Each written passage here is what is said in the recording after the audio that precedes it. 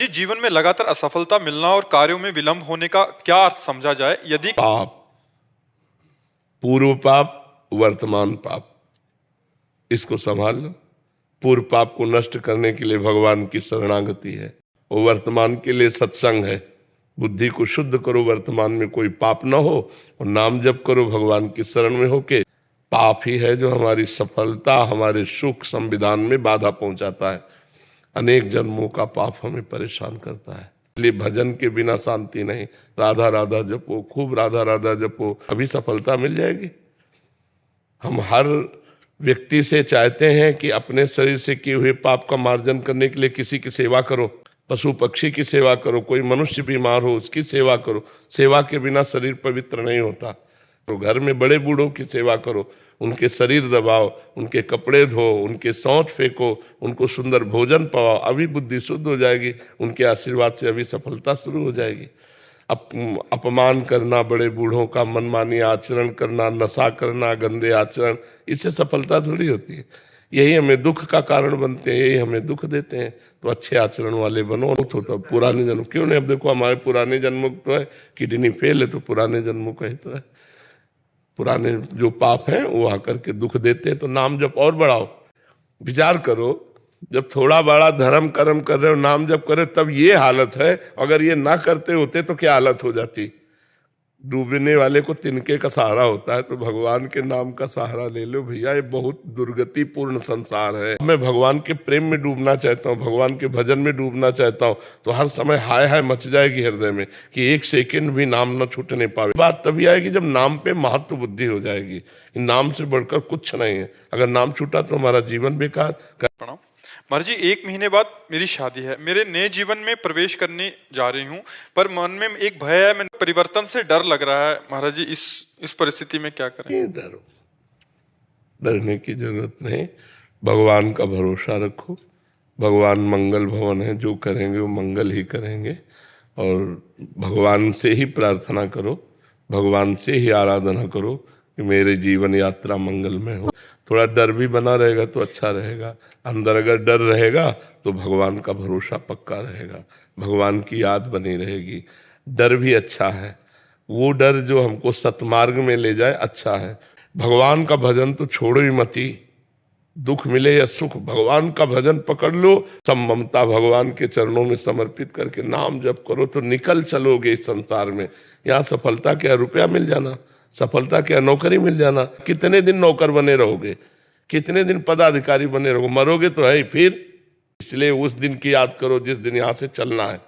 तो हमें नाम जप नहीं छोड़ना है, चाहे असफलता हो चाहे सफलता, नाम जप करते रहो। और डरना नहीं है, हमारे साथ भगवान है, जहां भी ले जाएंगे, जैसे भी ले जाएंगे, मंगल करेंगे। जब हमारा किसी से सुख लेने की भावना होती है तो वहां काम होता है, और जब सुख देने की भावना होती है तब प्रेम होता है। तो देखो, सुख लेने की भावना से ही हमारा शरीर भाव होता है। अब हम नाना प्रकार की नौटंकी करेंगे कि हम आपको प्यार करते हैं, ऐसा है वैसा है, मैं तुम्हारे लिए जीवन दे दूंगा, लेकिन तुम्हारे लिए नहीं, वो अपने लिए। उसे वासना कहते हैं, उसे काम कहते हैं। तो प्रेम तो केवल भगवान से होता है, संसार में हमें प्रेम नहीं है। प्रारब्ध इतना मजबूत हो सकता है कि निरंतर नाम जप और सदाचरण के बाद भी उसे उस अवस्था तक भोगना पड़े जिस उम्र में भौतिक संसार की सफलता में खुशी ना मिले, नौकरी विवाह जैसी तो घटनाओं इसी अवस्था में पाप किए हैं तो भोगना तो इसी में पड़ेगा ना। जैसे मानो आपने गर्भस्थ शिशु की हत्या की है, तो अगली बार गर्भस्थ शिशु आपको बनना पड़ेगा, आपकी हत्या होगी उसी अवस्था में। क्योंकि जिस अवस्था में पाप होता है, समय पा करके पाप उसी अवस्था में उसको दंड देता है। तो इसमें कौन सी बड़ी बात है? जवानी को वहां से पास होके थोड़ी आ रहा कि जवानी में तुम सुखपूर्वक रहोगे। जवानी में उद्दंडता की तो जवानी में ही तुमको दंड मिलेगा। इस विधान को समझो। आपने बुढ़ापे में पाप किया तो वृद्धावस्था में ही आकर आपको सड़ना होगा। आपने गर्भ में पाप किया तो गर्भावस्था में जाके आपको भोगना होगा। उन्नति में बाधा पहुंचाना ही तो प्रारब्ध का काम है। जो पाप का प्रारब्ध है तुम्हारी हर उन्नति को लात मार करके गिरा देगा, और तुम्हें हर परिस्थिति में दुख प्रदान करेगा, हर सफलता को नष्ट कर देगा, क्योंकि आपने पाप किया है। ऐसा भी देखा जाता है ज्यादा प्रयासशील नहीं और सफल होता चला जाता है, ऐसा देखा जाता है बहुत प्रयासशील है असफल हो रहा है। तो प्रारब्ध भोग, पूर्व का जो हमारा पाप है वो हमें असफलता प्रदान करेगा और पूर्व का जो हमारा पुण्य है वो सफलता प्रदान करेगा। तो ये बात ध्यान रखनी, भगवान के विधान में कहीं त्रुटि नहीं होती। हमारे द्वारा किए हुए कर्म को भोगना ही पड़ेगा हमें। अब रही नाम जप की बात, तो ये अगली खेती है। अभी बो रहे तुरंत थोड़ी मिलेगा। देखो, देखा जाता है कि पाप कर रहा है और बड़ी उन्नति को प्राप्त हो रहा है, और पुण्य कर रहा है, धर्म से चल रहा है, लेकिन अवनति को प्राप्त हो रहा है, क्योंकि इस समय उसने जो पुण्य किए हैं वो उसको आगे मिलेंगे।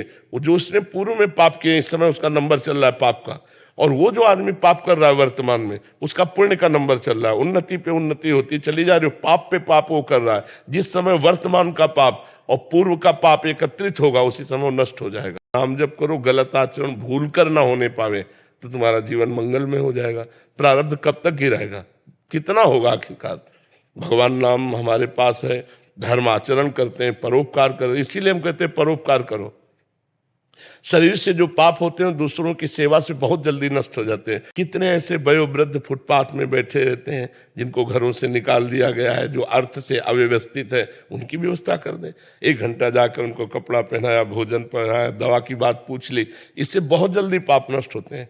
लेकिन आज जीव स्वार्थी होता जा रहा है, परोपकार को भूलता जा रहा है, इसलिए दुर्गति को प्राप्त होता जा रहा है। हम प्रभु पर विश्वास करते हैं, फिर भी मन में कभी कभी भयभीत सा रहता है मन, जबकि हम जानते हैं भगवान हमारा भला ही करेंगे। जब तक अंदर मन में मलिनता है तब तक भय बना ही रहेगा। निर्भयता आती जब मन हमारा निर्मल हो जाता है, तब भय नहीं रहता, कोई भय नहीं रहता। हम तुम तो भजन करते हैं भगवान का। उनके बेटा भगवान थे राम जी। राम जी के ही वियोग में तड़प तड़प के दशरथ जी के प्राण गए।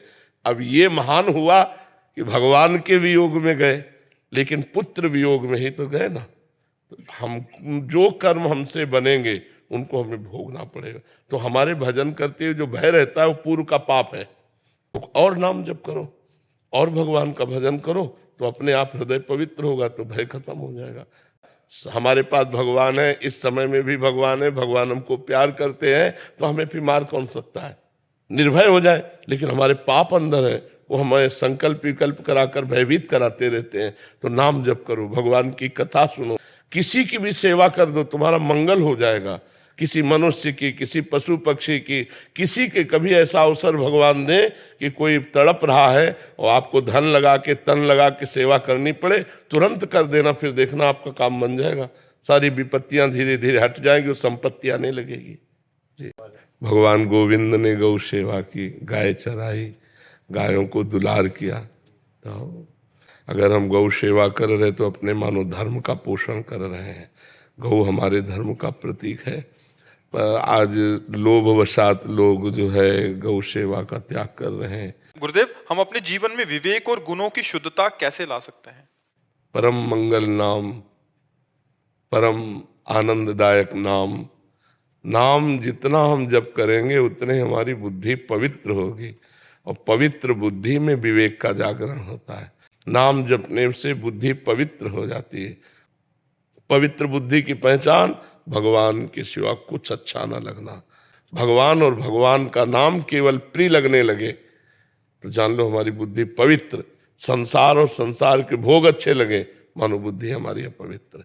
तो खूब नाम जप करो, सत्संग सुनो, परोपकार करो।